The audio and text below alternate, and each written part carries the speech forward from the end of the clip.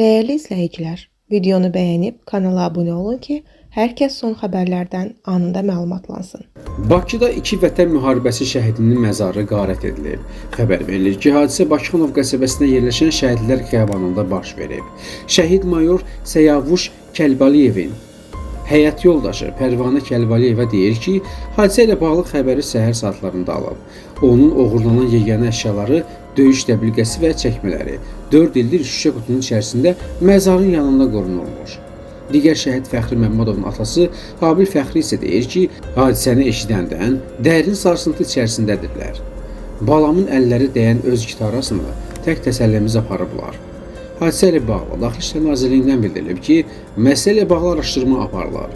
Əməliyyat törədən şəxs və şəxslərin müəyyən olunaraq saxlanılması istiqamətində əməliyyat axtarış tədbirləri davam etdirilir.